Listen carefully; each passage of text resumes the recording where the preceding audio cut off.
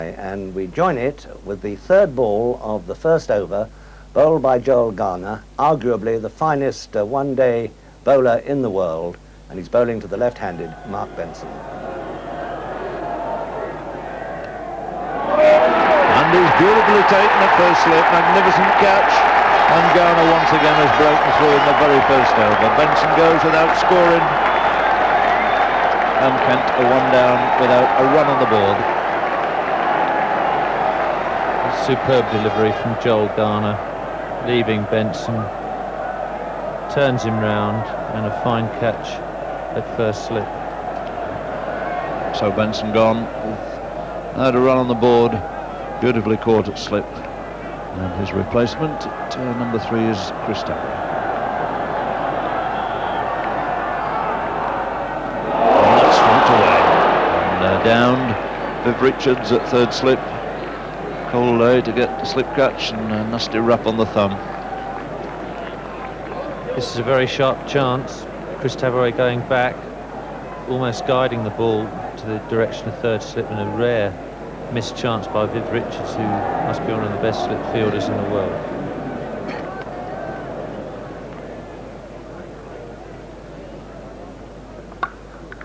But short, and 4 runs for Graham Johnson. Rock back, hammered it through the gap on the offside. He goes on to 16, and the total on to 18.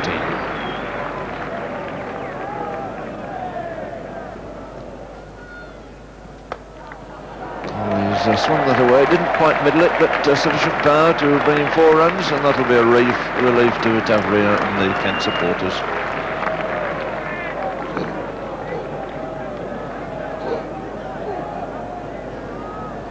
There's a change in the attack. Colin Dredge is being replaced at the nursery end by Nigel Popperwell.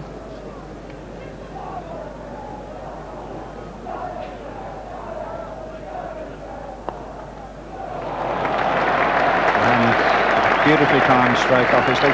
Very dangerous place to bowl at Chris Taverry. He's very powerful there. And he timed that beautifully.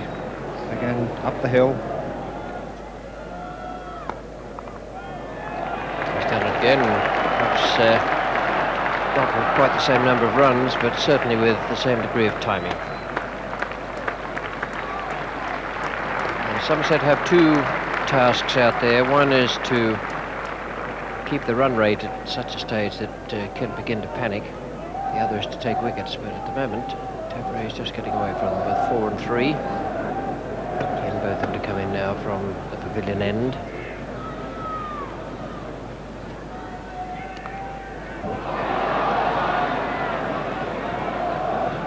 That looked to me like a chance. If Richards has already put one down. And this moving up the hill. Chris Taverry pushing at that. And it looked as though it carried.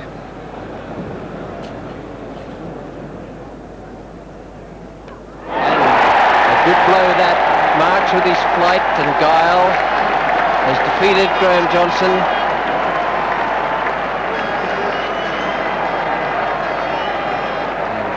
Really good blow for Somerset. They desperately needed one at that moment. They're trying to apply the brakes and pick up wickets at the same time.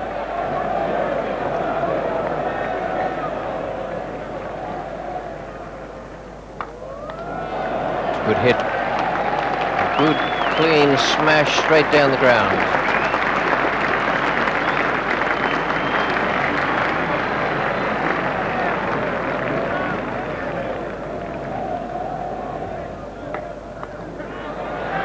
Go back, and that is absolute tragedy. Vic Marks, good delivery that, he speared it in at leg stump. Taverry played a similar shot to the one that gained him 4 runs earlier. And that's a very important breakthrough for Somerset once again. Of course, Cowdrey now has to face Marks.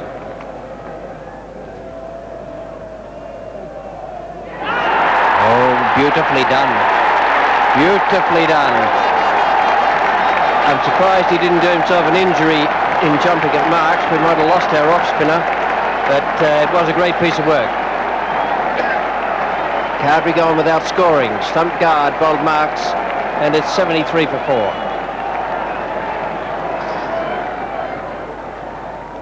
Oh, what a lovely piece of wicket keeping. Don't do him an injury, both, but just give him a little pat on the back. This is super work. And Aslett well out.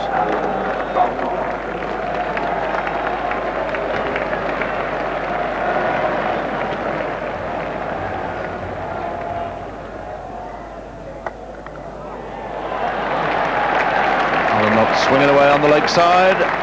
4 very valuable runs to see 3 figures on the board. And another problem for Kent, I think, might be the light, because it's appreciably darker in the last 10 minutes or so out there.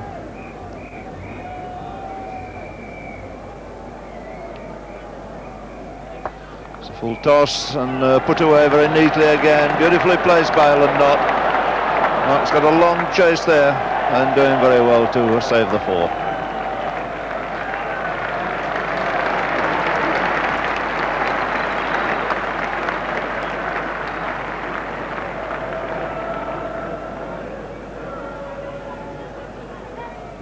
And he's bowled him. Good ball there from Belfon. Brought it back down the hill. And the gap between bat and pad and Baptiste goes for 16. And Kent in big trouble now at 112 for 6.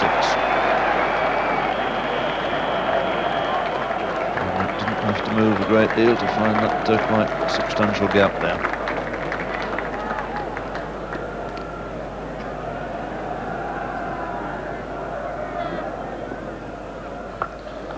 It's a big slog. Is it going to be out? No, it's cleared. It's 6. That's a mighty blow there from Alan Knott, picking up Colin Dredge, putting him right over the deep square leg boundary for 6.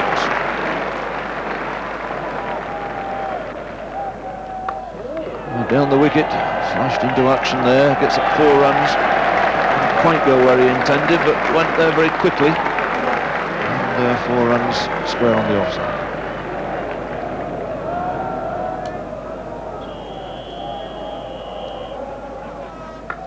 That's high in the air. I think that's the end of Alan Knott. Yes, he's gone. Caught by Roebuck at mid-on.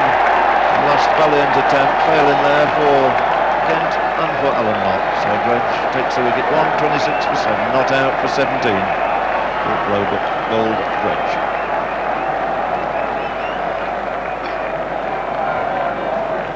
And Alan Knott, he's really got to have a go at pretty nearly everything. Getting a top edge on that, trying to hit it over mid-wicket, and Peter Roebuck in this difficult light, judging that very nicely. So the batsman crossed. It'll be Ellison to face Dredge.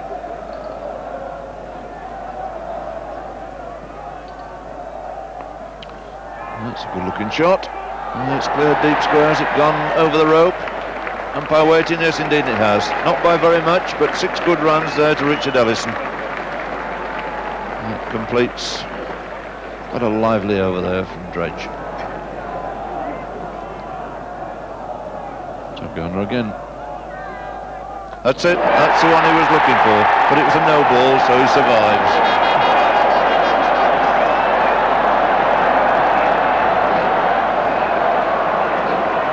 Everything's happening over the last few minutes. 6s, 4s, wickets, no balls. And the fact it was a no ball didn't make any difference really. He was playing the same shot whatever happened.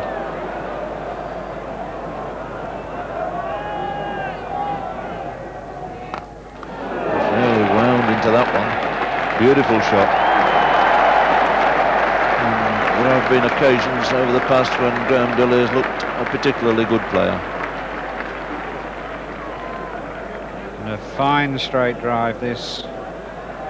Full swing of the bat, straight over the top of Colin Dredge's head. Bouncing 4.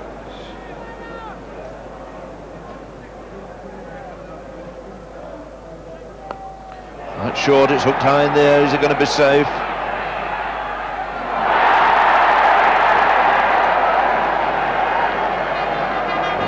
really have been an absolutely marvellous catch if Denin had been able to hold it. Most difficult catches in the business. And Botham wisely has brought an extra man on the leg side. And that won't matter because he's cleared big Joel Garner, man he brought over. And it's 4 more. Tremendous reply there from Graham Dilley. So what a good match he's having. 16 off the over. Bowled superbly here earlier in the day. And has taken Kent on to 152 now for 7 at the end of 42 overs.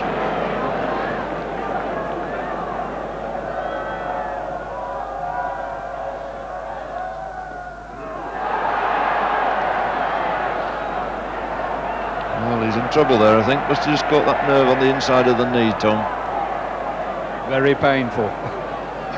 He really is in agony there. It may even, with him swinging across the line, it may have even got just inside the padding. And if he was hit full on the knee with that one, my goodness. Oh, I think it did. It missed the pad and hit him just above the knee. Well, you get a choice of runner. Chris Cowdery is the man coming out. So Dilley takes strike. And he's bowled him, and Botham's going to enjoy that one. That could, in fact, be the final nail in Kent's coffin. A brave effort from Graham Dilley. But it's 160 now for 8. What a useful ball this, in fact, from me and Botham, whether Dilley was swinging or not. But it pitched just about leg stump, hit the top of the middle.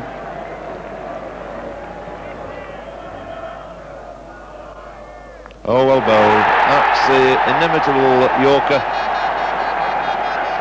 The one that's brought Garner so many wickets. Botham is grateful. His colleagues are delighted because it means that Kent now are 162 for 9 with only Kevin Jarvis to come.